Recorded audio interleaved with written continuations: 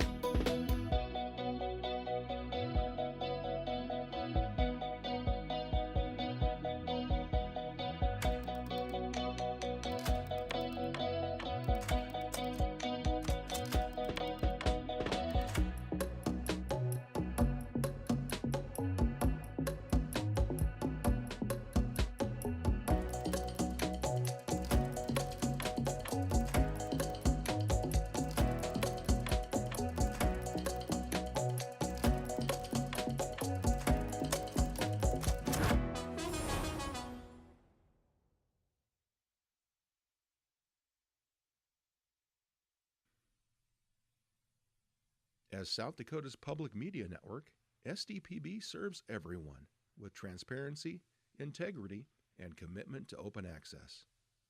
Good, useful, and full of wonder. SDPB.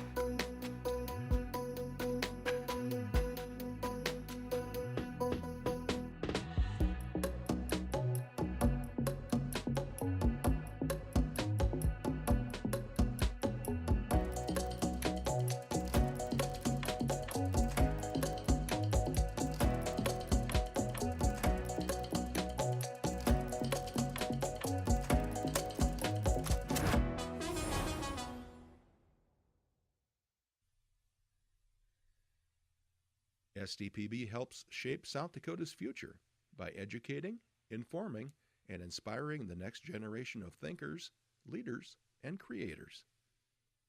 SDPB. Good, useful, and full of wonder.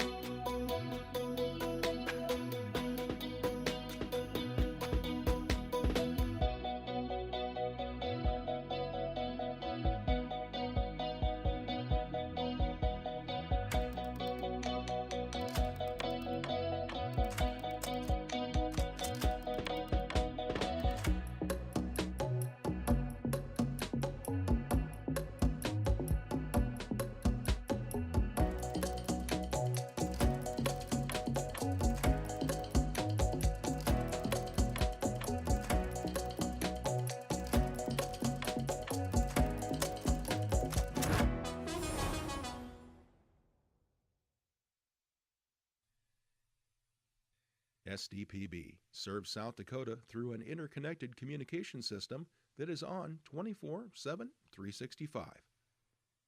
The first place for Amber Alerts, public safety announcements, and EAS messages.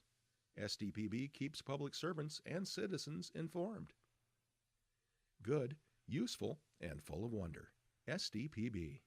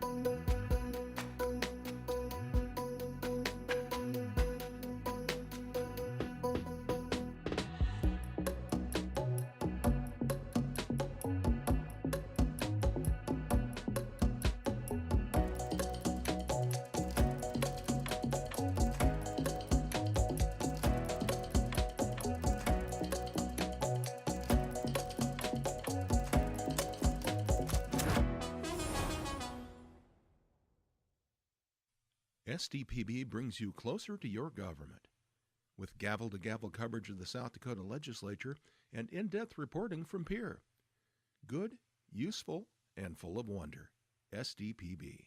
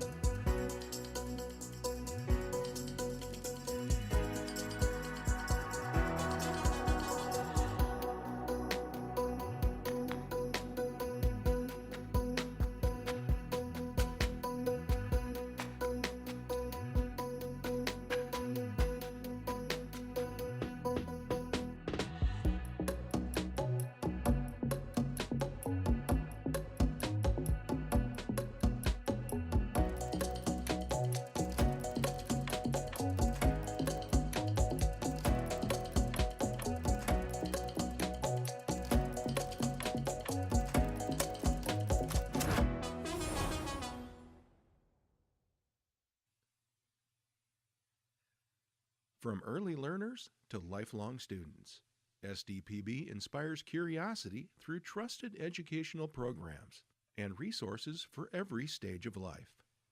Good, useful, and full of wonder. SDPB.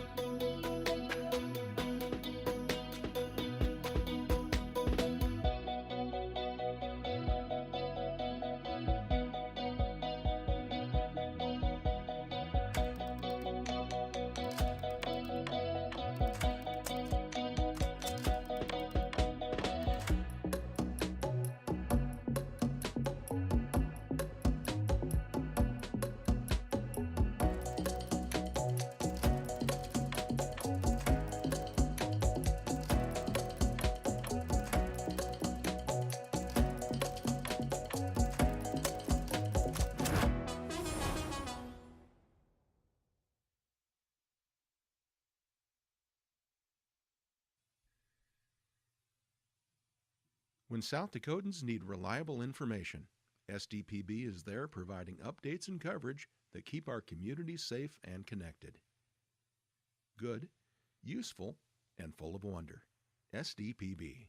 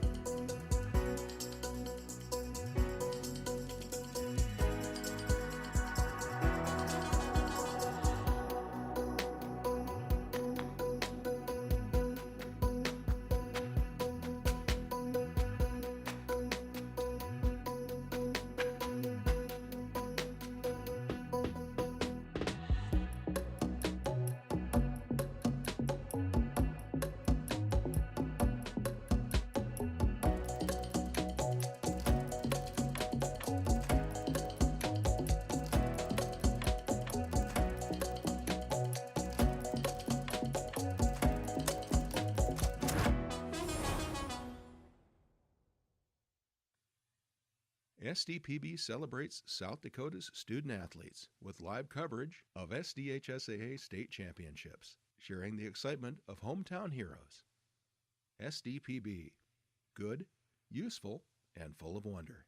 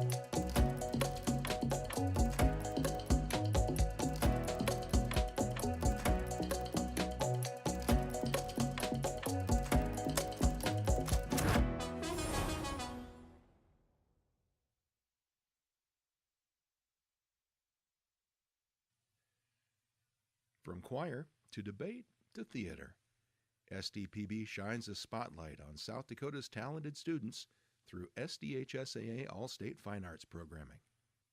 Good, useful, and full of wonder. SDPB.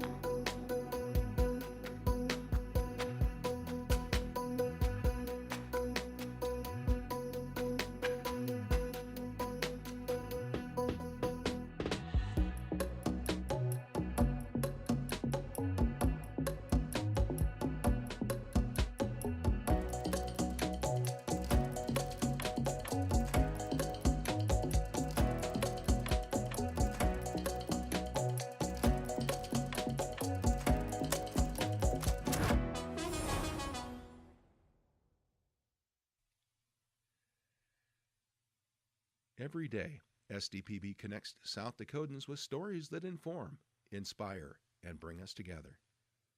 SDPB, good, useful, and full of wonder.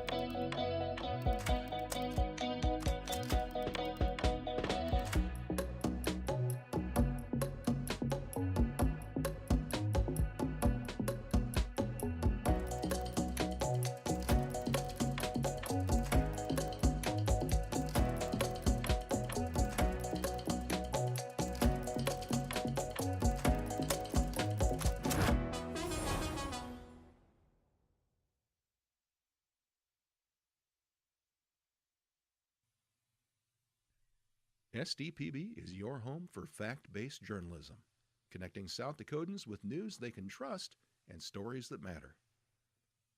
Good, useful, and full of wonder. SDPB.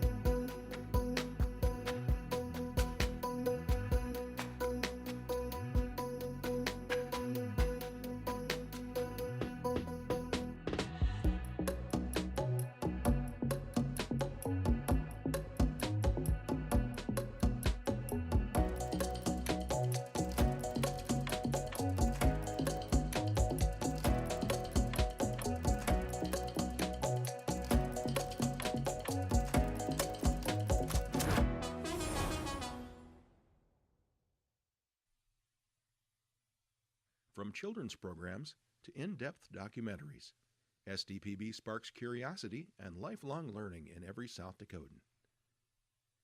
SDPB. Good, useful, and full of wonder.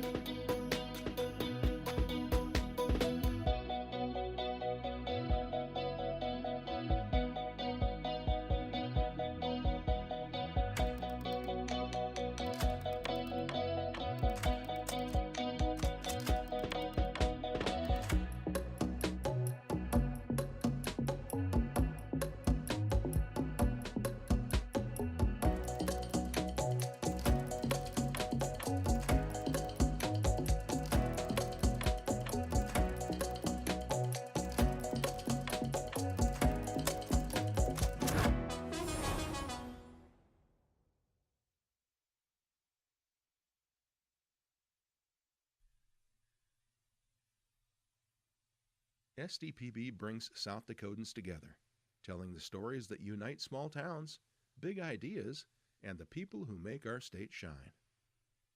Good, useful, and full of wonder. SDPB.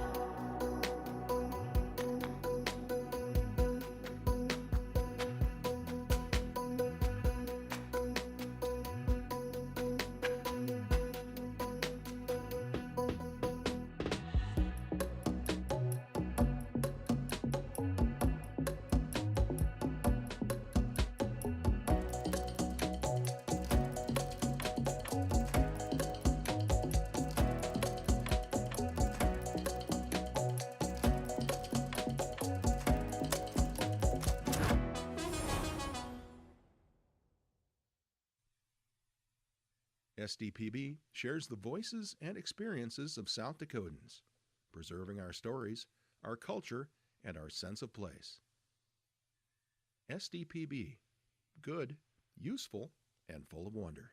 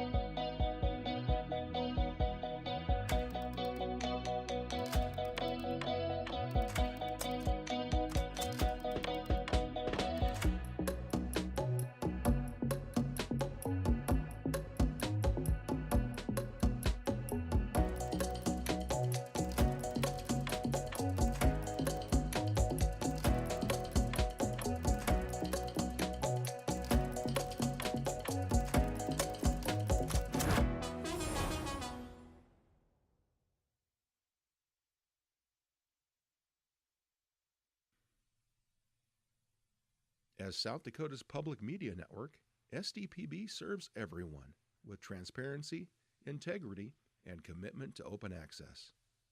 Good, useful, and full of wonder. SDPB.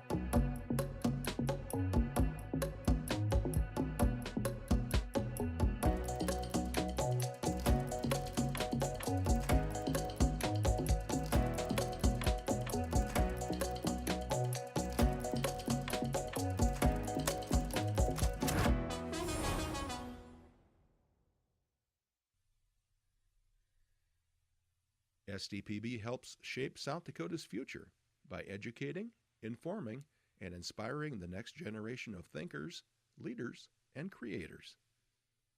SDPB. Good, useful, and full of wonder.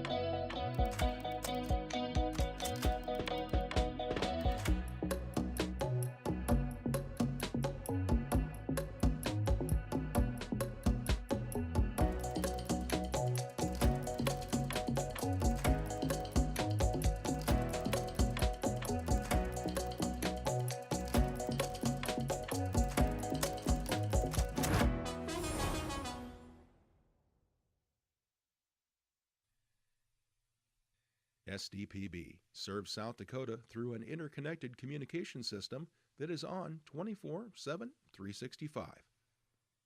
The first place for Amber Alerts, public safety announcements, and EAS messages.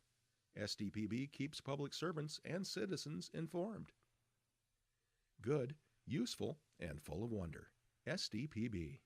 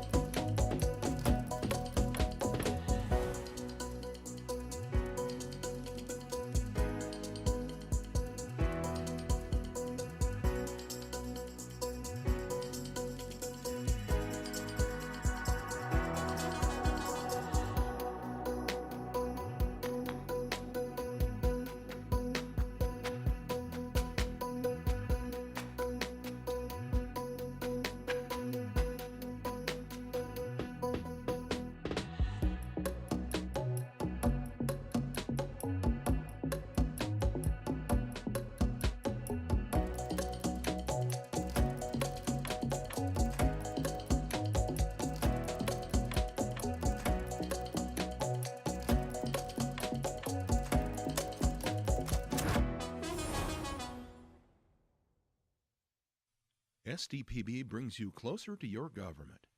With gavel-to-gavel coverage of the South Dakota Legislature and in-depth reporting from peer. Good, useful, and full of wonder. SDPB.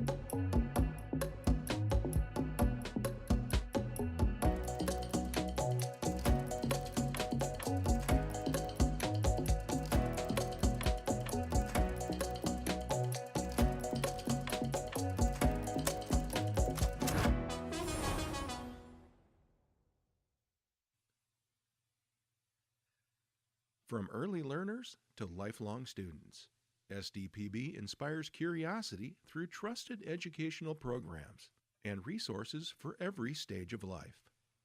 Good, useful, and full of wonder. SDPB.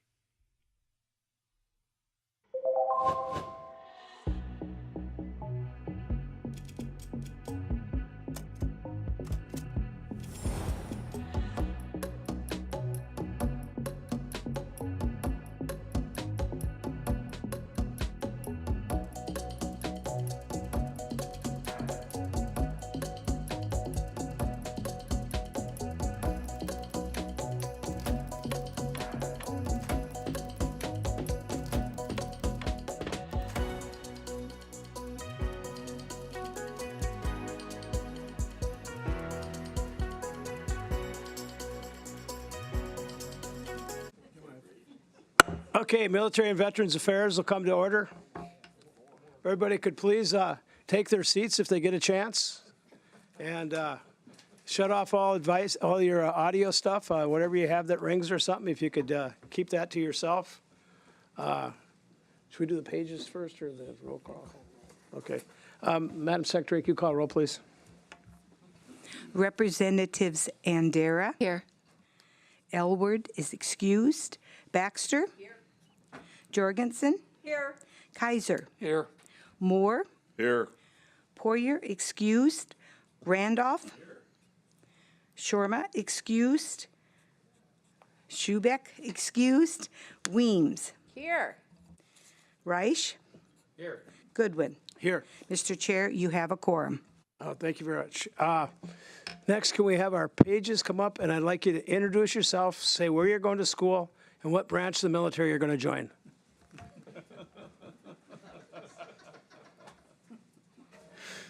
Good afternoon, Speaker, members of the committee. I'm glad to, or excuse me, Chairman, not Speaker. My name is Ethan Estabrook. Here from Mount Vernon. I'm glad to be here. And the last question? We'll just have to see. So does that mean you're keeping an open mind? That's a no. You know, you could be like an offensive guard at Army, at the West Point. Think about it, ma'am. My name is Veronica Thomas. I'm from Harrisburg, and the military is not for me, but my brother's in the Navy, so. Well, thank you for your brother's service. Okay, we're going to take the agenda as an order. Pardon me? Oh, yeah, sorry about that. Minutes distributed. Do we have a motion to approve them? Motion by Tony, Representative Randolph, excuse me, and Weems, Representative Weems is our second. All those in favor signify by saying aye. Aye. Opposed, same sign. Motion carries. Sorry, I got ahead of myself there. What's that? It's really fun being up here because the two people to my left used to be the chair of the committee. It's not like I don't have any coaching going on. Plus, I got the two LRC people that are really good. So I can't. This is on autopilot. I can't go wrong. It's impossible to screw this up. So we're going to go in order of the four bills we have today: Senate Bill 35, Senate Bill 60, Senate Bill 131, and Senate Bill 132. I don't see a lot of big long talkers, but we'll just take it as it goes. I know a lot of things are going on tonight, so let's proceed forward. We're going to start with Senate Bill 35. We'll take proponent testimony for Senate Bill 35.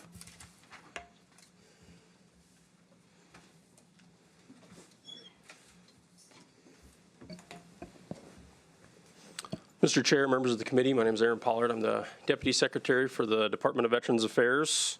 I'm here today seeking your support for Senate Bill 35, which is an act to revise the process for requesting a veteran's certificate of discharge from a county register of deeds. The main purpose of the proposed change to statute is to ensure that a veteran's discharge document is protected. The way the current statute is written, certain members of a veteran's family may receive a copy of the veteran's discharge if they request the document. The veteran doesn't need to give their permission for the discharge document to be given to those family members. The proposed changes to 33A2-8 would only make the veteran's discharge document available to the veteran's next of kin if the veteran is deceased. If there are any other family members or individuals who wish to gain access to the veteran's discharge, it will require the veteran's permission prior to the document being released. This change to statute proposes simple changes that would further safeguard veterans' discharge documents. For this reason, I seek your support, and I will stand by for questions. Thank you very much. Further proponent testimony.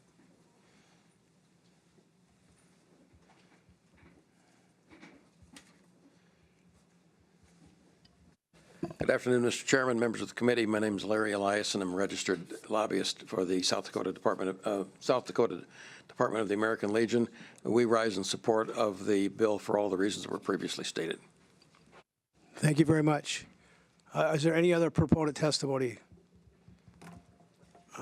Seeing none, what do we have online? T. Murphy's on? Good. Can we pull him up? Can you hear us out there, Mr. Murphy? Yeah, thank you, Chairman Goodwin, and again, members of the committee. Again, the Disabled American Veterans. I'm Gene Murphy, a lobbyist for the Disabled American Veterans Department of South Dakota. Again, we endorse this bill. We think it's going to protect veterans. And again, we would ask your support for it, and we thank you. Yeah, thank you, Mr. Murphy, for your testimony. Who else? We got anything else on? That's it? Okay, nobody else is online. One last call here. Is any proponent testimony for Senate Bill 35? Seeing none, we'll go to opponent testimony. Is there any opponent testimony, Senate Bill 35? Anything online? No. Okay, seeing there's no opponent testimony, we don't need a rebuttal. So we'll move on into committee discussion. Is there any discussion? Seeing no discussion, we'll take, go ahead. Go ahead, Representative. Oh, I thought you raised your hand. I'm sorry. I did. Okay, Thank you, Mr. Chair. I was just going to say, sounds like a really good bill. I move that we do pass. Second. Well, we were just going to talk about that. Now we're ready for action. So you jumped ahead there. That's good. So we have a motion to do pass by Representative Jurgensen, second by Representative Baxter. Do we have any discussion? I'll say something. Just a brief comment, Mr. Chairman. It's a good bill. And if you know any veteran coming back from a service, whether it's a deployment or someone who's on active duty who gets their discharge, please encourage them to take their DD-214 to the courthouse and file with the Register of Deeds, because you'd be surprised how many times we have someone, the first time they ever file a claim, they're 80 years old, and you ask them, well, where were you at? What county do you live in when you came back from basic or AIT? And they tell you, and they have no idea where their document's at, but it's on file. So I would just ask everybody to spread the word for somebody coming back from a deployment or off of active duty. Thank you. Any further discussion? Yeah. Representative Bandera. Thank you, Mr. Chair. I just want to echo what the prior speaker was saying. I do remember when I was discharged out of the Air Force, and the first thing they tell you is do not, I repeat, do not lose your discharge papers. You do not lose your DD-214. It's going to be more headache for you if you do not get this filed away. So, yeah, this is a good bill. Do pass. Further discussion? If not, we'll ask the Secretary to call the roll. This is for Senate Bill 35, do pass. Representatives Andera. Aye. Elwood, excused. Baxter. Aye. Jorgensen. Aye. Kaiser. Aye. Moore. Aye. Poyer. Aye. Randolph. Aye. Shorma. Aye. Schubeck. Aye. Weems. Aye. Reich. Aye. Goodwin. Aye. Mr. Chair, 12 yea, 1 excused. Okay, having passed by a unanimous margin of 12-0, Senate Bill 35 is officially passed. Anybody have any heartburn on consent? Consent? Okay. Okay, let's shoot for consent on that. So we'll put it on consent. Okay, thank you very much. That one went pretty fast. Let's go with Senate Bill 60. We're officially going to start a proponent testimony for Senate Bill 60. Senator Crabtree. Well, good afternoon, Mr. Chair and representatives. I think this is my first time I've ever had the honor of being in front of this committee, so I appreciate your time this afternoon. I'd like to ask for your favorable support of Senate Bill 60, the Military Land Shield Act. South Dakota is home to some of the most important military assets in the United States, Ellsworth Air Force Base and our National Guard installations. Those facilities are not just local employers, they are part of America's national defense. And today, hostile foreign governments are actively working to get as close to them as possible. China, Russia, Iran, and North Korea are not just competitors, they are adversaries. They use land purchases, shell companies, and front businesses as tools of intelligence gathering, surveillance, and leverage. That is why in February of 2025, President Trump issued a national security presidential memorandum identifying land near sensitive U.S. military and infrastructure sites as a national security priority. Senate Bill 60 prohibits China, Russia, Iran, North Korea, Cuba, and Venezuela from holding any direct or indirect real interest in real property in South Dakota, whether through shell companies, subsidiaries, or financing arrangements. In 2024, this legislature acted wisely by restricting hostile foreign ownership of ag land. Senate Bill 60 takes the next logical step. It protects all South Dakota real estate from the same foreign adversaries when national security is at stake. I'd like to ask you to please support the Military Land and Shield Act. I would also add, this is not theoretical. In Missouri, a businessman with Chinese Communist Party intelligence ties was found operating next to Whiteman Air Force Base. In Louisiana, a Chinese intelligence official purchased property near Barksdale Air Force Base. And in Grand Forks, North Dakota, a Chinese-based company bought ground just miles from the Air Force Base there. So with that, I'd appreciate your favorable support and stand by for questions. Thank you very much for your testimony. Is there further proponent testimony? Senator Duffy. Thank you, Chair. Thank you, Committee. I'm Steve Duffy, fourth generation West River. I've lived in Rapid City for about 44 years. In District 32, I'm here to respectfully ask for your support for Senate Bill 60. When Senator Crabtree called me about this a few weeks ago, I was more than excited to be a part of this particular issue. I've spent a fair amount of time, as far back as 1992, I started getting unsettled about China's rise, and people thought I was a little paranoid. It probably wasn't. Probably now they know, it is real. Rapid City is the home to Camp Rapid, the Army National Guard installment on the west side of the city. It's home to the South Dakota headquarters to the South Dakota Adjutant General, which we probably know a little bit about that on this committee. Box Elder is right outside of Rapid City, is the home of the Ellsworth Air Force Base. The base is a premier Air Force installation, home to the 28th Bomb Wing and one of the world's two B-1B Lancer bomber wings. And I don't know if you heard, but today it was announced that the B-21 Raider is moving up, and we expect the first airplanes in 2027, which is wonderful news. And it also probably indicates that the world is a little less stable than even we thought. They're moving fast. This base is a strategic unit with thousands of employees. I believe it is our role to invest in education, innovation, economic development, small business, and I'm very supportive of Ellsworth Air Force Base. We must, not only must we invest, but it is our job to protect these investments. These facilities are critical to our nation's national defense. As you heard from the prime sponsor, you know that certain foreign governments are actively working to get close to as possible to these military sites to gain critical information. I don't know if you remember when Colonel Oakley was here, but he said it's no accident that the flying wing, the bomber that China has, resembles a great deal of our flying wing. And he said currently the new fifth generation J-35 that China's come out with is just a near ripoff of the F-35. So they're not even shy about it. They don't even pretend. Essentially, I think I told you I didn't tell you, but I've had Mandarin speakers come and teach my kids for 3 years every Sunday morning. I just knew what was going to happen, and this is a long time ago, and you need to be aware of what these folks are thinking. Long story short, I think this is a positive first step, and you know, I support it, and I hope. Oh, I will read one thing, just in case you don't think this is real. I just saw this on the internet yesterday, so you know it's true.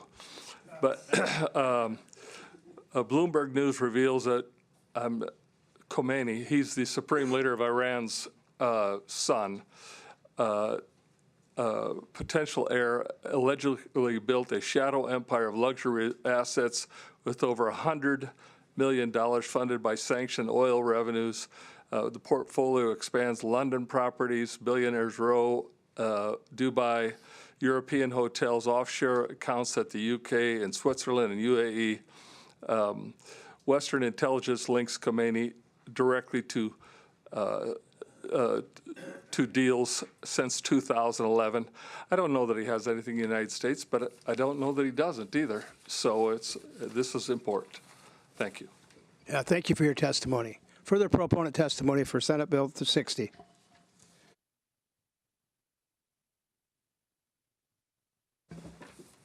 Mr. Chair, members of the committee. Yep.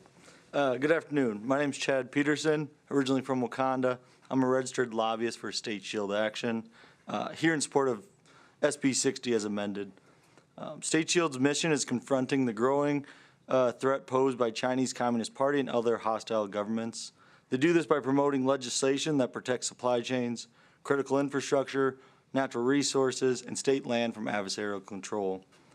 Foreign influence is no longer a distant or theoretical threat. As mentioned, we've seen this influence in Missouri, Louisiana, North Dakota. We're not alone in acting. Across the country, states have moved to limit foreign adversarial footholds in real estate. Some states have adopted radius-based approach around military installations, including Indiana, Arizona, Alabama, Montana, Nebraska, Georgia, and Florida. While Louisiana has taken a statewide model to prohibit foreign adversaries similar to the one proposed here today. This mission matters in South Dakota because we're not just flyover country. As the representative said, we're home to the B-21 Raider and its formal training unit. It's a next generation bomber mission, and it underscores the importance of keeping hostile governments and their proxies from gaining a foothold. This is a practical step to reduce a real risk before we're forced to respond to it after the fact. SB 60, as amended, is carefully crafted to protect South Dakota, our military bases, and minimize unintended consequences. It's yet another step in the right. Mr. Chair and members of the committee. Thank you for your testimony. Further proponent testimony for Senate Bill 60. Is there further proponent testimony? Do we have anything online? No. Okay, seeing no further proponent testimony, we'll go to opponent testimony. Is there any opponent testimony for Senate Bill 60? And there's nothing online for that. One last call. Opponents for Senate Bill 60? Seeing none, well, we don't need to have a rebuttal. We can go into the discussion phase. Let's go with any comments you have on Senate Bill 60. Mr. Chair, I've got a question for the Prime.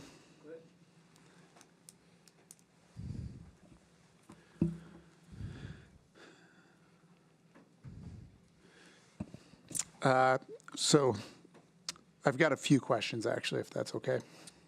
Perfectly fine. Senator Crabtree, so looking at page 1, line 11, it says prohibited entity, and it's defined in 43-2A-1. And when I look that up, it's, it's got a list of countries. And so this is not meant to be inflammatory or pot stirring at all. But there are several companies that are, owned, or they have investments in companies in the U.S. So Syngenta and Smithfield come to mind. And again, when I throw out Smithfield, that's not meant to be stirring the pot. It just comes to mind. And so when I go to then page 1, line 12, it says direct or indirect legal or equitable stake. How do you define that when you look at, again, Syngenta, that's a lot of our chemicals in the ag world. That's that's Golden Harvest, that's several other seed companies that are well-known. How do you define that? Or again, Smithfield, how do you define equitable stake there? Mr. Chair, thanks for the question, Representative. I'm actually going to walk that through in a little broader perspective of not just talking about a particular company, but any of these that you might be looking at. The first question you have to look at when you look at the bill in its entirety is line 1 here, is the actor or purchaser a prohibited entity? So when we go through this, the prohibited entities, as you mentioned briefly there, is A, the People's Republic of China, B, the Republic of Cuba, the Islamic Republic of Iran, the Democratic People's Republic of Korea, the Russian Federation, or the Bolivarian Republic of Venezuela. So those are your prohibited entities, just to make sure that we're clear. The second thing is, any of these companies, does an exception apply? So if you look through there, there's one area that I think you should probably pay really close attention to. That is the CFIUS process. So if that's been federally vetted through the CFIUS process, which I believe, this off the top of my head, was somewhere around, started in the 1970s, somewhere in that time frame. So you'd have to look, does it apply there? And then 3, I think the other thing to look at is it on the Attorney General's radar, and has he or she made the decision to enforce the law as we go into the future of this? And so, Representative, I think it's a great question, but just walking through that, it's looking at those ownership stakes and then coming back and saying, does that exception apply? And I think in the instances that you mentioned right there, the feds have addressed that through CFIUS processes. Thank you. Yeah, go ahead. Thank you, Mr. Chair, for the prime. So I'm looking at the list. I'm wondering a couple of questions. I'm wondering if this is a list that comes from the federal government. And then I'm also concerned, and I'm going to support this, but I'm also concerned about proxies. Thank you. Mr. Chair, so can you can you give me that question? I think. Sure. I'd be more than happy to. So the federal government has a list of the axis of evil, and they have a list of certain countries. Does that correspond with that list? Mr. Chair. Thank you, Representative. Just trying to follow you a little bit there on the question. I will tell you, so the list there that was described is, as I think the good representative over here to the right had just mentioned, came from when we did the foreign-owned ag land. And so those were the 6 countries that are defined as foreign adversaries. One thing that I think is worth mentioning is that list can grow or be subtracted, and this body controls that. And so when we did the foreign-owned ag land exemption in 2024, those are the 6 governments that were identified, and this body can choose to add and subtract those as we move forward. Thank you, Mr. Chair. So appreciate that answer. I understand we can add and subtract, but just to be clear, there's nothing, unless we add somebody, if they have a proxy who moves in and purchases land, then there is a way for them to circumvent this. Yes or no? Mr. Chair, I appreciate the question. There's always a way for bad actors to try to circumvent things. And what our intention here is to close a very, I think, obvious gap. And so in 2024, when those discussions were happening here, we had the discussion regarding ag land, which made sense. We wanted to make sure we protected that. And then the very first conversation that came up was, what about Ellsworth Air Force Base with what's right next to it not being ag land? So it just kind of became a common sense area to go ahead and close that piece. So when we look at that, I think we were closing those, but obviously bad actors continue to move, and we'll have to stay ahead of that. Thank you. Mr. Chair. Yeah, go ahead. For the prime. Good afternoon. Good afternoon, Representative Shorma. Thank you. You can help me clarify. This is in the last section, section 9. This chapter does not apply to, and it says under item 5, including a dual citizenship. Are the 6 countries, if they have a dual citizenship with the United States and one of those countries, are they exempted from participating, or are they still allowed to? Mr. Chair, Thank you, Representative, for the question. So what we're trying to do here is make sure that these foreign adversaries that are bad actors can't buy that real estate. Right. What we don't want to do is necessarily stop a professor who might be working at South Dakota School of Mines and Technology and has dual citizenship that's here, okay? And so we want to be able to make sure that we're accommodating those who've came here through legal processes while also making sure that we have really strong laws when it comes to foreign adversaries buying that land. Without going back through the bill myself. Can you go through the chair first? I'm sorry, Mr. Chair. Go ahead. Follow up? Actually, a different question. Without going through the document myself, is there a minimum setback from military sites that these individuals can own? Mr. Chair, appreciate that. Appreciate the question, Representative. So just to clarify, when we look at this with what was amended, this covers the entire state. So we're not looking at particular setbacks around military installations. As we looked at that, it became very obvious when we looked, around radiuses around those places. It became very obvious that covering the whole state was where the vast majority of people wanted us to be. We looked at other instances from other states that had already done that same thing, and we have followed suit with that. Thank you. Any other discussion and/or questions? Thank you. Okay, let's move on into the action. Does anybody have any action they want to take on this? I make a motion, do pass. Second. We have a motion, do pass by Representative Schubeck and second by Representative Weems. Any further discussion on the do pass motion? Go ahead.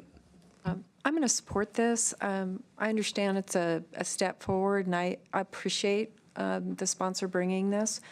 The only caution is we really have to stay on top of this. We can't think that this is going to protect us. I think all of us who have served in the military, we all understand very well that. So I think just to remember that. But I do appreciate the sponsor bringing this. Thank you.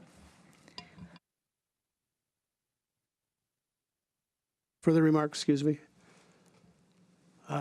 Seeing none, we'll ask the Secretary to call the roll. This is for due pass on Senate Bill 60. Representatives Andera. Aye. Elwood, excused. Baxter. Aye. Jorgensen. Aye. Kaiser. Aye. Moore. Aye. Poyer. Aye. Randolph. Shorma. Aye. Schubeck. Aye. Weems. Aye. Reich. Aye. Goodwin. Aye. Mr. Chair, 12 yea, 1 excused. Seeing Senate Bill 60, it received a unanimous vote, 12-0. It's officially passed. If it's all right with the committee, go ahead, I'm sorry. You were going to say something, I caught it before. Let me finish right here if I could. I was going to say, I actually don't want to see this one on consent. That's what I was going to say it, but you were already going. I knew we were thinking the same way. No, I think this is such an important bill, and I really congratulate the Prime for bringing this forward. And I think this is something that I think the state should hear, and so we should just discuss it on the floor just because of its importance. So if that's all right with the committee, well, we won't put it on consent. Thank you, Senator Crabtree. Okay. Forward to Senate Bill 131. We're going to take a proponent testimony for Senate Bill 131. Welcome, Senator.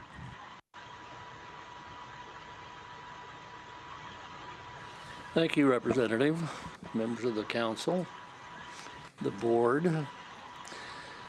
Senator Larry Zickman, District 14, Sioux Falls. I'm the chair also of the Senate Military and Veterans Affairs Committee, so I'm glad to see that my good friend is the chair of over here. Just a piece of history first. Your chair and myself, quite a few years ago, started this group, and we had quite a bit of history trying to get it through. Remember that, Mr. Chair? And so we're very, very happy. And I was the first chair of the council over in the House. So it's good to be back. It's good to be back in different faces, but it's good to be back. Well, it's an honor to be here. Can I just comment on that too, Senator? Sure. Yeah, when I first got here in 2017, he was sitting, I think, in front of me. I can't remember it. He says, "Man, we got problems." I said, "What problems we have?" He goes, "We're the only state in the nation that doesn't have a Military and Veterans Affairs Committee." I go, "You're full of it." He goes, "No, I'm serious." And so I thought, well, he says, "I beat my head against the wall. Can you do something?" So I thought, well, yeah, this will be easy. It wasn't easy at all, but we finally pulled it off. So it was through your leadership and for your persistence that this Military and Veterans Affairs Committee is existent in both houses. Well, it's been an honor, and it was an honor to help start the group over in the House. The Senate already had started one for 1 or 2 years before we started. And but it was good to get us started over in the House because it was very much needed for a long time. So, and I want to say thank you to all those of you that have served, been in the military, either in full-time or in the Guard, Reserve, etc. So, Senate Bill 131, it's an honor for me to be able to bring the following two bills to you from your Veterans Council.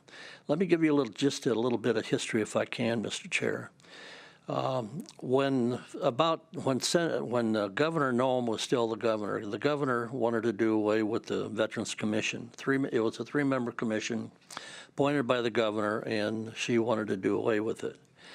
And at that time, we had started the Veterans Council. And the Veterans Council consisted of 6 different groups, military groups, et cetera. Senator Zygmunt, can I stop you, please? I think we got the bills out of order. Either I got it screwed up or you did. Are you on 131? Yes. I mean, it's not that big a deal. If you're ready to steam ahead, we can do whatever you want. No, we're fine. Okay. We're fine.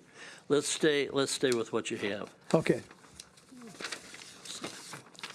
It was me that screwed it up. But anyway, let me go ahead and finish just a little bit of history, because the Veterans Council, when we did away with the Veterans Commission, and your chair can remember this, when we did away with the Veterans Commission, we started to rely upon the Veterans Council to provide input to the Department of Veterans Affairs and to the legislature. They were very active, going, et cetera, and so the Veterans Council started from that. And so when we talk about the bill on the Veterans Council, or the one that you're going to talk about next, or first, I guess, what I have started, you'd start on 131, but that's okay, But anyway, that's where just a little bit of history from the council, et cetera. So I'm going to turn it over to probably Mr. Murphy, and unless Representative Reich wants to present his amendment at this time, but there is an amendment, and maybe, Mr. Chair, we need to take care of the amendment first. Yeah, I would prefer if we'd bring the amendment up next. Mr. Chair, I'd like to move Amendment 131A. Motion to bring up Senate Bill 131A. We have a second motions by Representative Reich, second by Representative Randolph. All those in favor, we'll do a voice vote on this, signify by saying aye. Aye. Opposed, same sign. Okay, we're now on the amendment. Go ahead with your testimony. Go ahead. Thank you, Senator. And I just want to assure the committee that, as the good senator stated, that a lot of hands in this bill. I wasn't in it to begin with, but I talked to Marty Pennock of the VFW, and I think this was his bill originally that he brought to the good senator there. And really, my amendment is just kind of a cleanup. The bill, I think you've all probably read the bill. It's just going to switch the the dates of the special Veterans Pheasant Hunt from the normal season to the private shooting preserve season, which is longer. It gives any group that wants to sponsor a hunt like this for the veterans, the Purple Heart recipients, a longer set of dates. And so my amendment doesn't do anything to that. But when I was reading the bill, the current statute had a conflict in it. And if you look at the amendment, I hate these amendments, and they look like they're all red, like you've changed the bill. The only thing my amendment is doing is removing a conflict in current statute. And in the current statute, it says if you're describes a disabled veteran as any individual who's got a 20% or more rating, service-connected rating. And then it goes on to talk about another way you can define it is if you're a resident of South Dakota with a 40% or more disabled rating, and they really were at odds with each other. It kind of put a higher bar for South Dakota residents that were disabled than for any other one. And I guess you could argue that any resident of South Dakota is a veteran too. And so I think it was it's nothing that was done by the person that brought this bill, and I just thought, let's clear that up.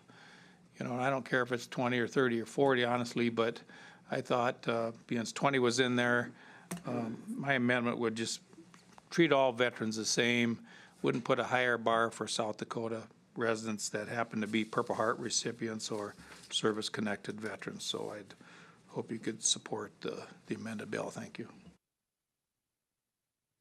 With that, Mr. Chair, if we could turn it over to Mr. Gene Murphy, and he'll go through the bill, and I'll add to it later on. But Mr. Murphy, are you on?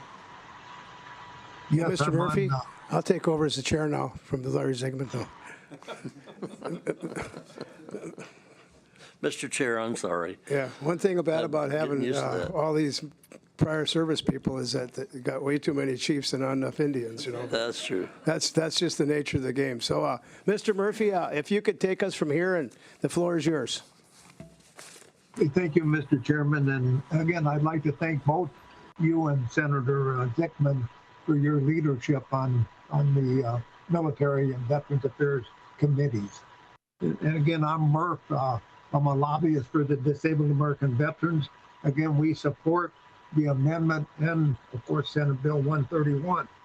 Again, this is needed to reflect how nonprofit veteran service organizations actually operate and ensure disabled veterans have equal access to all lawful hunt dates within the preserve seasons.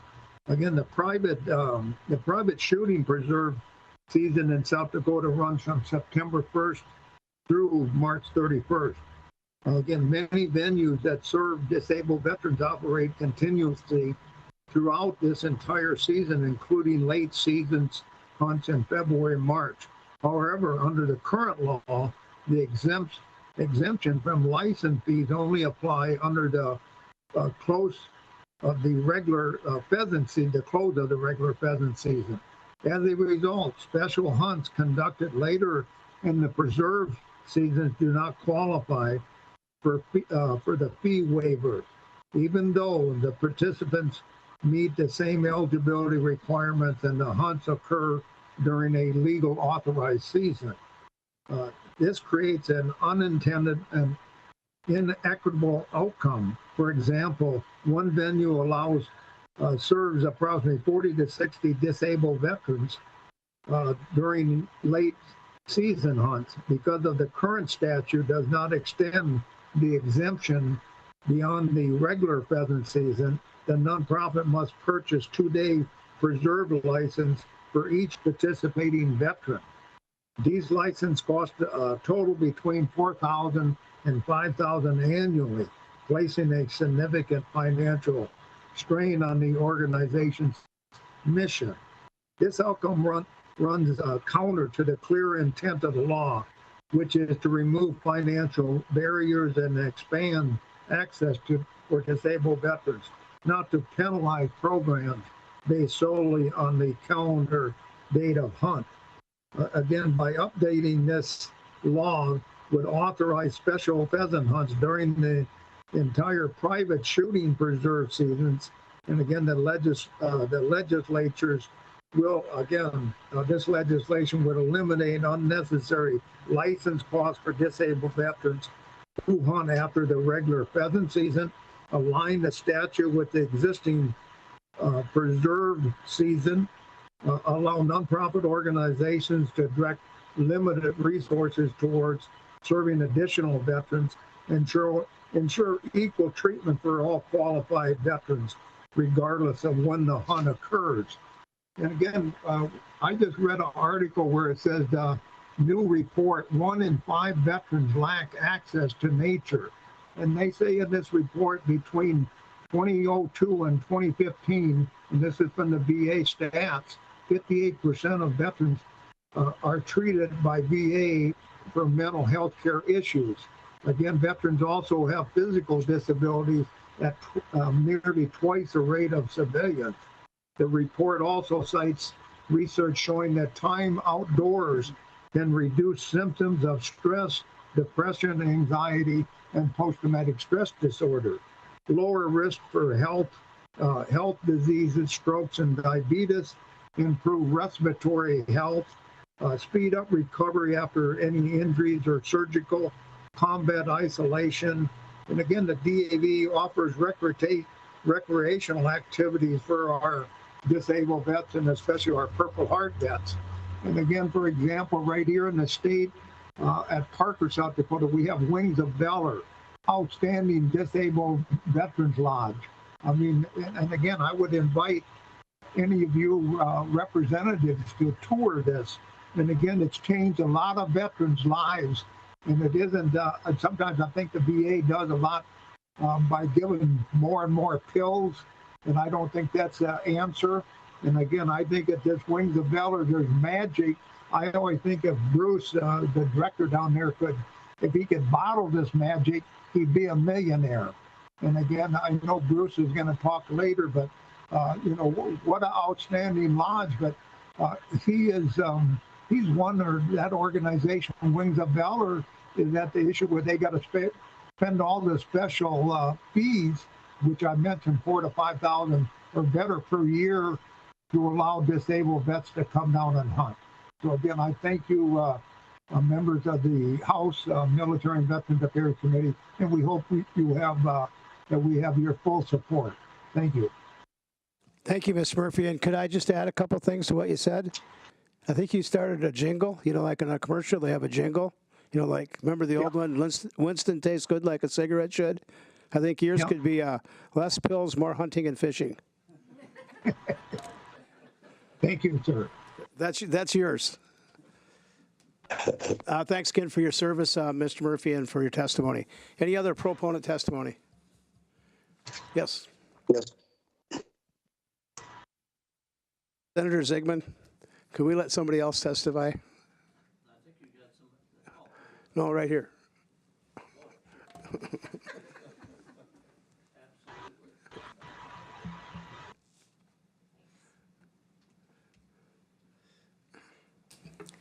I'll try to keep this short and sweet, Mr. Chair. Thank you. Is that okay if I approach the committee now or address the committee now? No, the floor is yours. Okay, thank you very much.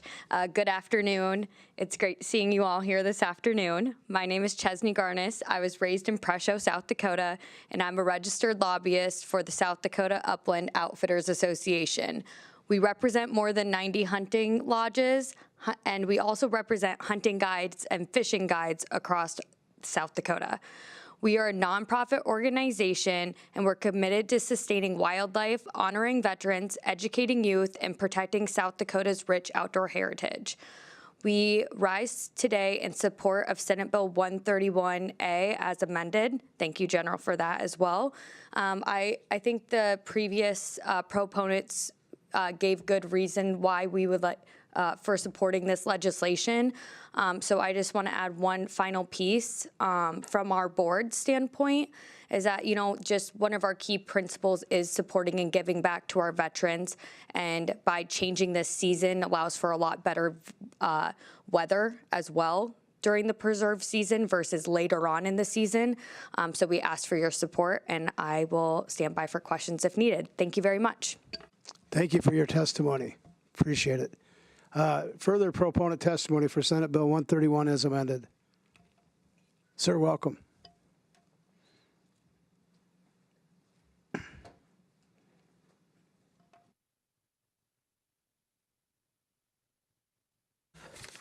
Good afternoon, Mr. Chairman and ladies and gentlemen of the committee. My name is John Simpson. I represent myself. I live here in Pierre. Two quick things. I had to dress down a little bit today. I had a 2.5-hour infusion this morning. I'm fine. I'm also a very emotional man. I did enlist in the Air Force right out of college, Representative Goodwin, so I served my 4 years, and after a free all-expense-paid trip to Southeast Asia, I came back to South Dakota, Ellsworth Air Force Base, and sometimes Air Force personnel are called flaps, and that's okay. It's just a huge team of individuals like the entire Department of Defense, and we have a great mission. I didn't fly airplanes in the Air Force. I flew an IBM Selectric typewriter. But it's a team, and it took us all to get the job done. I rise in support of this bill. I've assisted on several of these disabled veteran hunts here in South Dakota. I respect those guys. And I hope you can support this bill and help them out for all the good reasons you've already heard about the quality elements in this particular bill and the amendment. Thank you. And thank you very much for your testimony and your service to our country. Okay, we're going to go for online now. The next online, Bruce Weller. Are you there, Bruce? Yes, I am. Good afternoon, Mr. Chairman, members of the House Military and Veterans Affairs Committee. My name is Bruce Weller. I'm from Parker, South Dakota. I am the CEO of Wings of Valor Lodge, which is located just south of Parker, a couple miles. I support Senate Bill 131 as amended. Senate Bill 131 will extend the season for which nonprofits can host these special hunts for disabled veterans and for Purple Heart recipients at no cost to the veterans. So Wings of Valor Lodge is a 501c3 nonprofit built to facilitate hunting and outdoor experiences for our veterans with mobility challenges.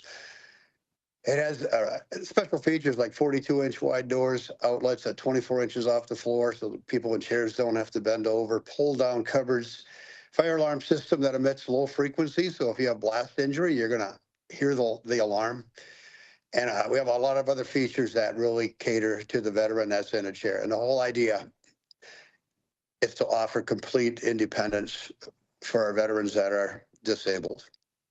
In the field, we have track chairs, lift tower shootings, so everybody's successful, especially groomed trails. And it's all about removing all the obstacles. Additionally, we have a waterfowl hunting duck blind that's drive-in, Murph, for a wheelchair. And we've actually utilized that. It works very well. So complete independence is really what we're looking for out at Wings of Valor Lodge. Since 2019, we've hosted over 680 veterans. By the end of this season, it'll be at about 750. And we just figured this out from 43 of the states. Many of them are from South Dakota, and we operate on generous donations from our region as well as the nation. We have volunteers as far away from Parker as Duluth, Rapid City, and even Virginia Beach, Virginia, where we have a young SEAL who's coming in today actually for the weekend hunt, who's one of our ambassadors. And we draw from La Crosse, Wisconsin, northern Minnesota. And many of these young men who have been here, young women who have been here as guests, now come back as ambassadors. So they are the point of contact for our guests. The really cool thing is that it's a zero cost to our veterans. So at no point do we have a young man sitting in Little Rock, Arkansas, who can't afford to be here, so he doesn't show up. We got that covered. Our donors help with all of that. And of course, we keep our costs lower by having volunteers. Did I say that about 75% of our volunteers are veterans themselves? In closing, most of our guests qualify for this special permit for disabled veterans. and it saves our mission money. Currently, we are paying for those licenses in February and March. And this bill will extend the period of the permit, and it'll save us about $4,000 to $5,000 each year. Translated into flights for our veterans, that's probably another 10 to 15 flights, ability to bring in more of our young veterans to appreciate not only a South Dakota pheasant hunt, South Dakota hospitality, and the great outdoors in South Dakota. I urge you to vote in favor of Senate Bill 131 as amended. And I thank the chairman of the committee for this opportunity to speak. And I'll stand by for any questions you might have. Thank you. Yeah, thank you, Mr. Wellen. I really appreciate your leadership and all you do for veterans. You're true an American hero, and just appreciate your patriotism and your efforts that you do. Thank you very much. Thank you, Mr. Chairman. Further proponent testimony? Mr. Chair. Oh, go ahead. Yes, hi, my name is Anna Arnold. I'm the Quartermaster and Adjutant for the Department of South Dakota VFW. I'm also the president of the South Dakota Veterans Council. I'm sitting here with Murph today, but I'm also an ambassador of the Wings of Valor Lodge for the female hunts. And I have to say, my first time I went in November, I think it's 2021 or 2022, and it absolutely changed my life. And I became an ambassador with the Wings of Valor Lodge. And I know that they're not the only lodge in the state, but I can't say enough good things. And so if we can do anything to help them, I think that we should. So I stand in support of the SB 131. Thank you. Thank you very much for that testimony. I appreciate your service to our country. Further proponent testimony? Further proponent testimony? Seeing none, we'll go to committee discussion. Excuse me, I didn't think we'd have any. I jumped the gun. Is there any opponents? How dare there be? Is there any opponents? No. Seeing none, we'll go to committee discussion. Mr. Chair. Go ahead. What a tremendous program that they're running over there. I've got to get by there. It's what an opportunity to help these guys and women. And give them some pleasure.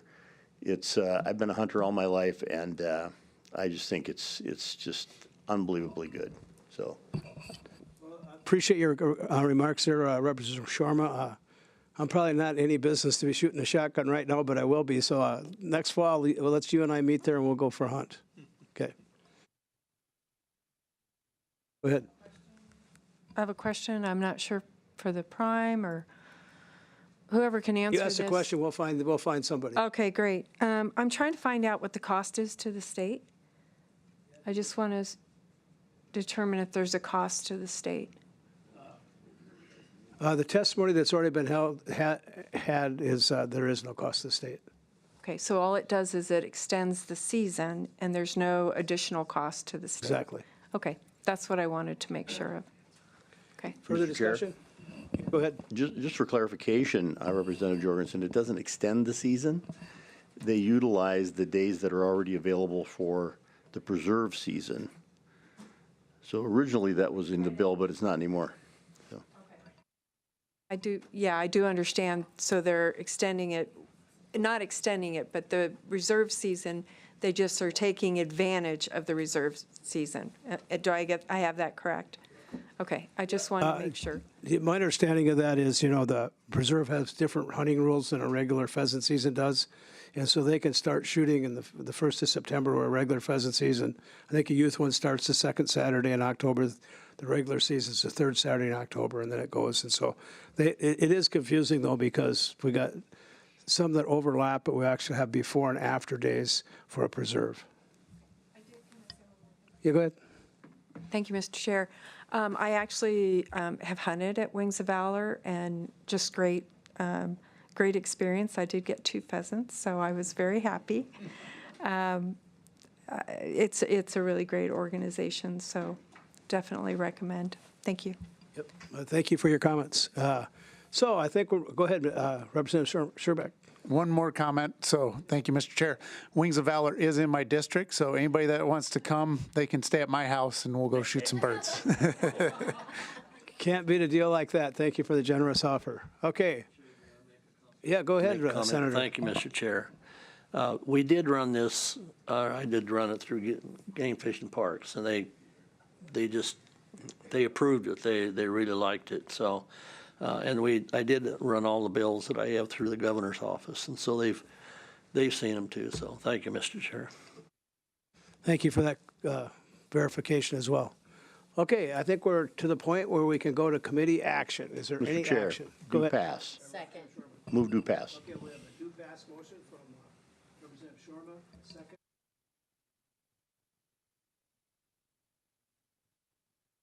Sorry, I'm kind of down in a foxhole over here. I can't really see what's going on out there. Representative Weems is our second. With that, we'll go ahead and call the roll. Representatives Andera. Aye. Elward is excused. Baxter. Aye. Jorgensen. Aye. Kaiser. Aye. Moore. Aye. Puyer.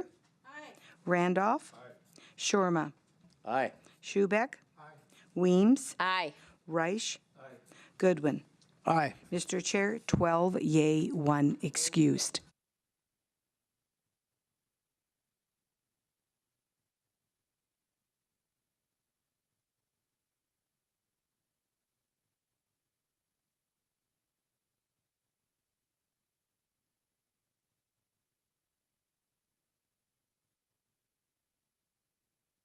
We'll take this to the floor.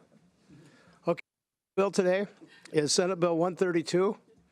Well, this is going to be difficult because we got a multitask here for the senator. He doesn't know he's up next. We're taking proponent testimony for Senate Bill 132. Mr. Chair? I have proponent testimony, Mr. Chair. Okay, yeah, we can go to that. Go. Would you want to have the sponsor present? We're gonna, if we can, we're going to have the sponsor go first, and then we'll come to you. We're not going to forget you, though. Just give us a 2 seconds here. Thank you, sir. Go ahead, Senator Zegman. Thank you, Mr. Chair. I already told you a little bit of the history of the council, and so now what this bill actually does is makes a couple of changes. When we did the statute, we didn't do some of the things that we should have done back then. Of course, that's natural for us so once in a while. But what this does is make a word change. They want to meet quarterly, let them meet quarterly. I don't care if they meet 20 times a year. It's good for them to meet with the Department of Veterans Affairs. But anyway, that's one. And then the other change is to add the Native Americans. So I'll turn it over to the commander. Thank you, Mr. Chair.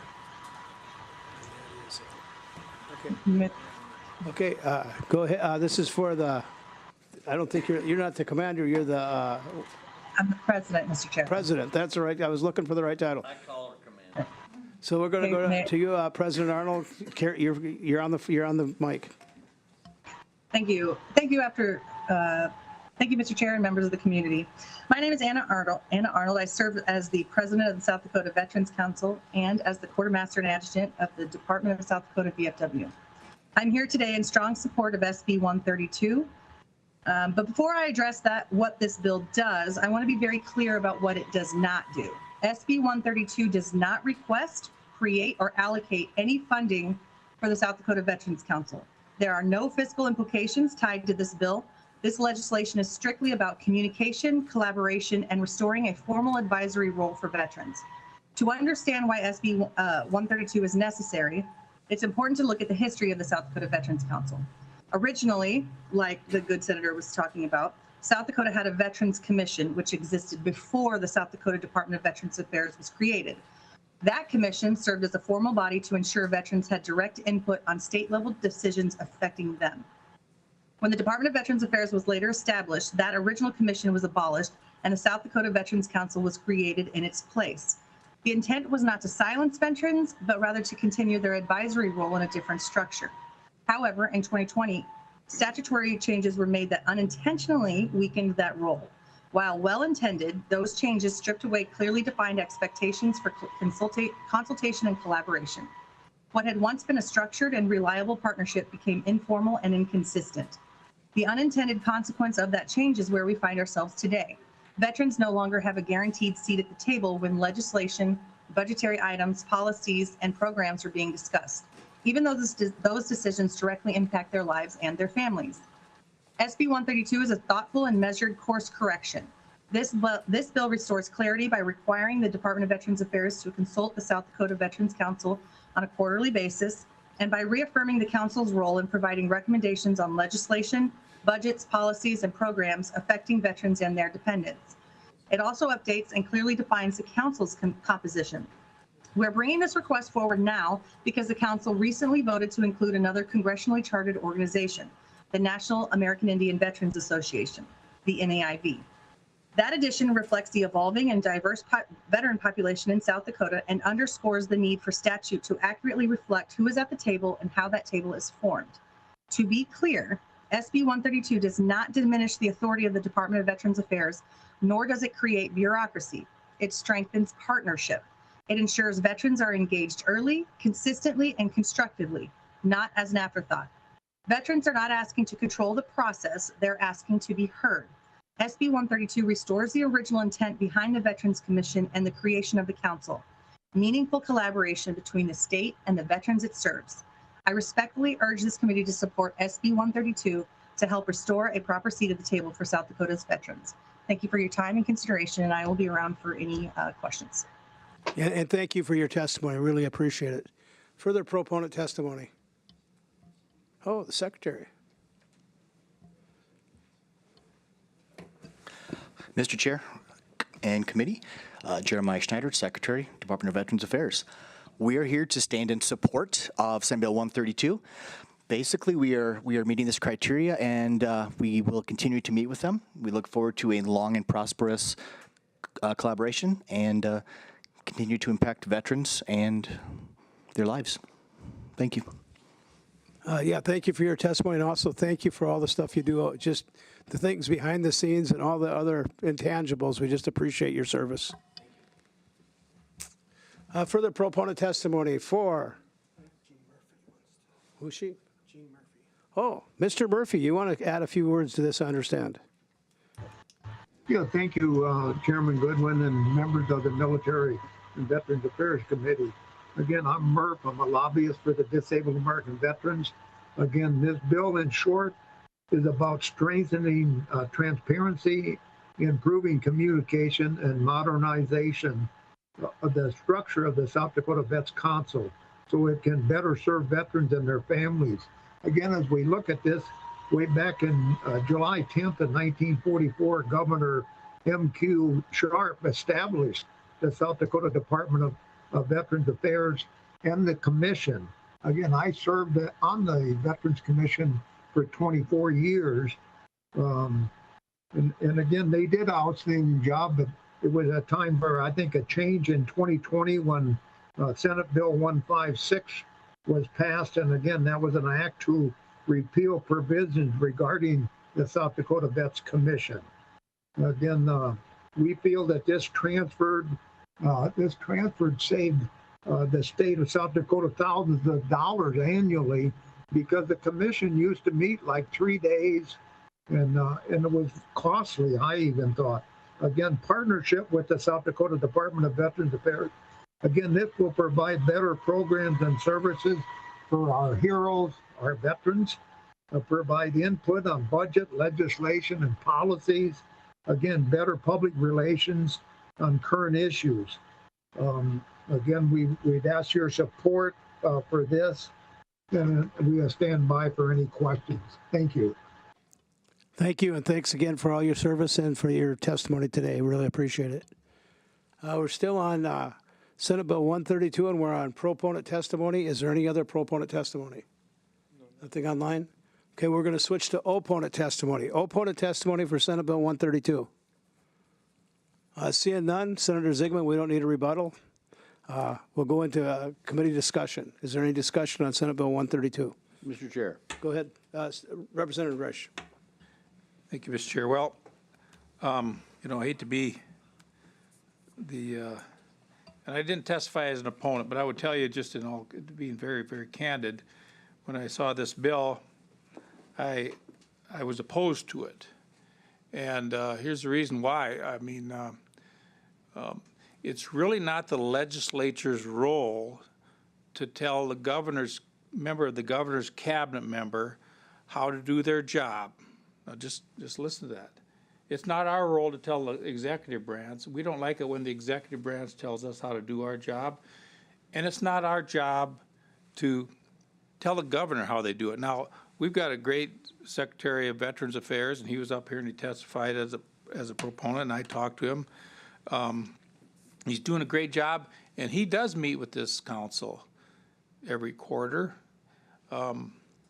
Now, if we have a subsequent governor, they want to do something different, that would be at their peril, I would think. But I just don't think it's our role to do it. If you think about the duties of the Secretary of Veterans Affairs, they've got the State Veterans Home. I know he goes out there on a regular basis. State Veterans Cemetery, liaison with the county and tribal veteran service officers. There's at least two times a year that he meets with those people. And it's an important job. Plus 65 counties, we're encouraged as veteran service officers to have coffee with the vets, and it's really strongly encouraged now. And I know the secretary wants to get out there to be available to the veterans in our local areas. And so that's why I had a real pause about this bill. So I've got an amendment. I'm going to offer the thing, and it'll be up to the committee if they want to do it, but I'm going to move the amendment at the time. And my amendment is, if you allow me to move it, and I'll talk about it, that I could proceed with your amendment, please. I'd like to move Amendment 132B. Is that published? Yes, it is. It's out there. Okay, there's a motion to move Amendment 132B by Representative Reich. Yep. And seconded by Representative Shorma. Okay, proceed. Okay, thank you. It's a very simple amendment. Instead of requiring a mandatory meeting between the secretary and the council on a quarterly basis, I'm going to split the difference and make it a biannual basis. So he'd be required 2 times a year. He could meet as many times as he want. I think it's something that I can get on board and vote with. Not that I'm the boss of this deal, but I just think it's asking quite a bit of the secretary to meet 4 times a year. The other part about the bill is, you know, budgets and all that. There's some language in there I don't care for, but I'd be willing to support the bill if we could step it back a little bit. Thank you. Okay, we have an amendment on the floor, changing the original bill from meeting once every quarter, once every 3 months, to semi-annually, twice a year. Does I have that right, Representative Reich? Okay, twice a year, I guess is a better way to say it. Okay, any further discussion on the amendment? Mr. Chair. Go ahead. I just have a question. Is this considered a friendly amendment?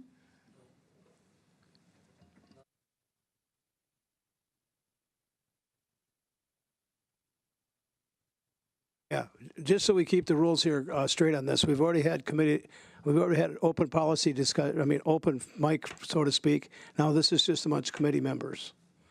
So, go.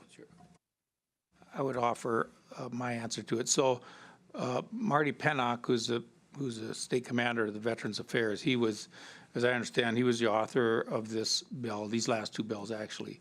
And I talked to him today on the phone. He called me. He's in Washington, D.C. doing, so this is not a surprise deal. I talked to him and I told him about the amendments, and he said he would consider it a friendly amendment. Now, he's not here. It's the senators, and I'm not trying to get out in front of it, but Marty did tell me he would consider it a friendly amendment, the commander of the VFW, so that's.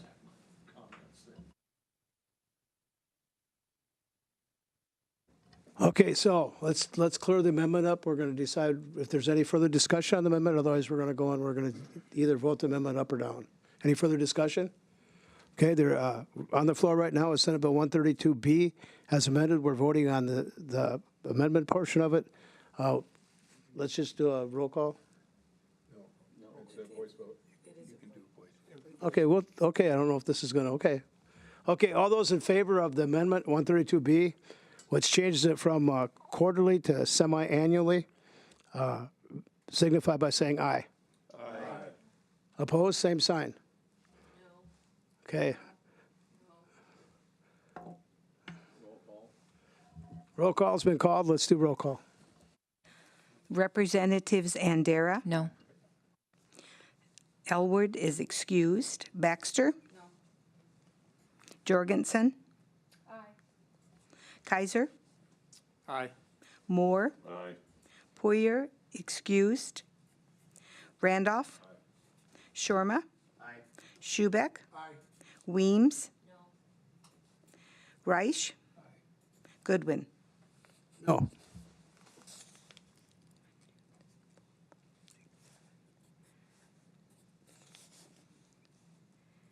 Mr. Chair, we have 7 yea, 4 nay, 2 excused.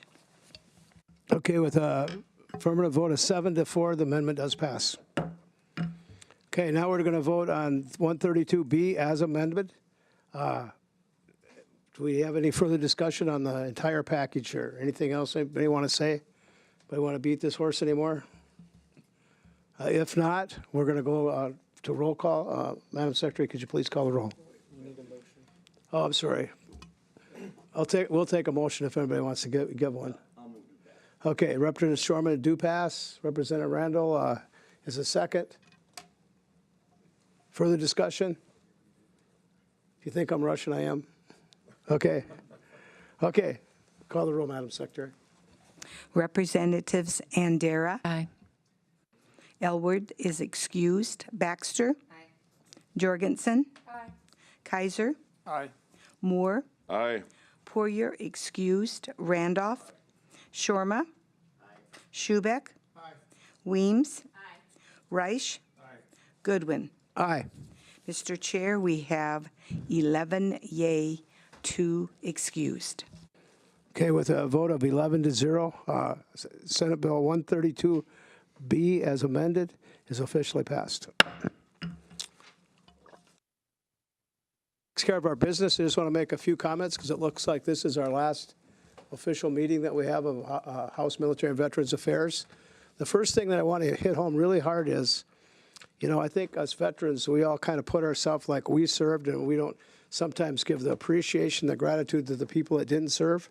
So for those of you that are on this committee, I look at you as real patriots because you weren't in the military, but you're here late at night, you're spending your time with us, and we really appreciate it. The people that never served in the military that care about this and really give their heart and soul to it, I mean, you're true patriots in my book, and I just want to thank the people that haven't served that volunteer to be on this committee. So thank you very much. As far as everybody else goes, I told the speaker a while back, I said, I don't know if you did this intentionally or not, but I said, that Military and Veterans Affairs Committee is kind of an all-star group. I mean, we might not agree on everything, but talk about quality people. And so, I mean, this committee has been a pleasure to serve as your chair. And I'd be remiss if I didn't thank the LRC staff, Gene and Matthew. I mean, you've been nothing but above board. I mean, you keep me as straight as you possibly can, which is not easy. And I don't know, everything's automated now, so they're always saying, oh, you got to look at your computer, you got to sign this, you got to, so they don't let me get by with nothing, which is what I need, especially now. So if anybody have any comments before we officially adjourn? Mr. Chair? Go ahead. We'll just go with over here on the right first. Mr. Chair, I just wanted to thank you for your leadership and, yeah, everybody on the committee, and it's been a really good experience, and so thank you. Thank you for those comments. Any further discussion? Mr. Chair, Yeah, I am so sorry if I'm out of line, but can we put that on consent? The last one, we're going to go back to that? Yes, please, sir. Okay. Yeah, let's put it on consent. Let's say what everybody think. Go ahead. Okay, consent? Yeah. Thank you. Well, and that's, as long as we're doing some cleanup here, we need to have somebody that can present the ones on the floor. Who wants to present Senator Crabtree, Senate Bill 60? Is there somebody that wants to present that?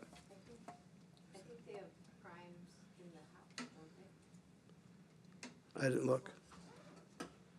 Who does it say? I'm sorry, I don't have mine out. I could. Representative Duffy is the prime on Crabtree's bill. Yeah. Okay. We'll ask him. We'll work that out then. And on this consent, which other one do we have? 35? So we'll need someone for 35. Yeah, we need somebody to present 35, Senate Bill 35. They don't all volunteer at once. I just got done saying how great you guys were. I would be happy to do that. Okay, thank you. Representative Bandera will do that. So when it gets through and they present it, then you'll be the one that presents it on the floor. If you need help, let me know. Unless if it's still on consent, it won't need it, but if it's. Yeah. And if we might have to play the game if it's pulled off consent too, but hopefully, come on. Okay, any other business that we have to talk about? Oh, go ahead. I'm sorry. I'm Personal not ignoring you. privilege. Yeah, go ahead. So it's my son's 6th birthday. Could I stand up and have a video of everybody saying happy birthday? Just say, don't sing it, just say happy birthday to Audie is his We'd be name. more than happy to. So Okay, let's- thank you. And what's his name? Audie, okay. Really? Okay. Yeah, let's all stand and say happy birthday, Audie.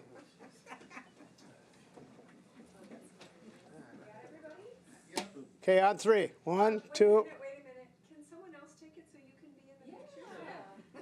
Good touch, Sherry. Want the mic on? Yeah, I want my mic on. Then it's just looking at us. Oh. Okay, on 3. 1, 2, 3.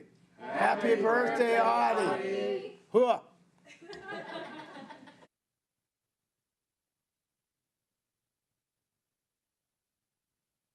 I think that's a good way to end the committee for the day and for the year. So thank you, everybody.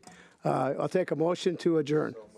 So moved by Representative Randolph, seconded by Representative Weems. All those in favor signify by saying aye. Aye. Opposed, same side. We are officially adjourned. Thank you very much.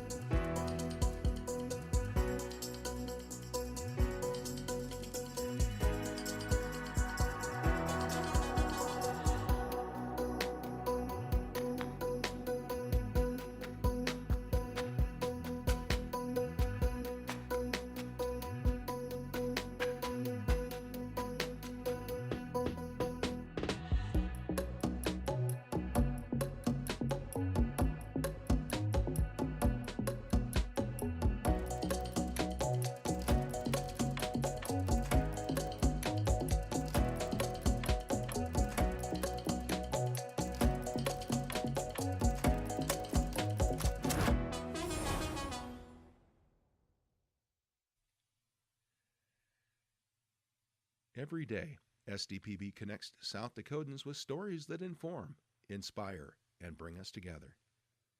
SDPB, good, useful, and full of wonder.